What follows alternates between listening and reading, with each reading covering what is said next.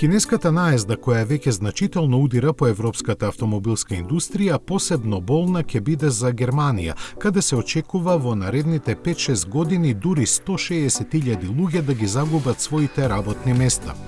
Колку е сериозна ситуацијата покажува и примерот на некогаш најголемиот производител на светот Volkswagen, кој минатата година на неколку пати по неколку недели ги затвореше своите погони за електрични возила затоа што не може да продаде се што ќе произведеше.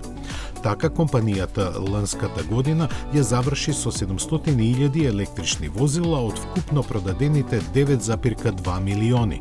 Според марки, испораките на Volkswagen забележаа пораст од 7%, на Audi за 17,4%, на Шкода 18,5%, на Seat благодарејќи на Купра дури за 35%, додека Porsche успеа да се подобри за само 3%.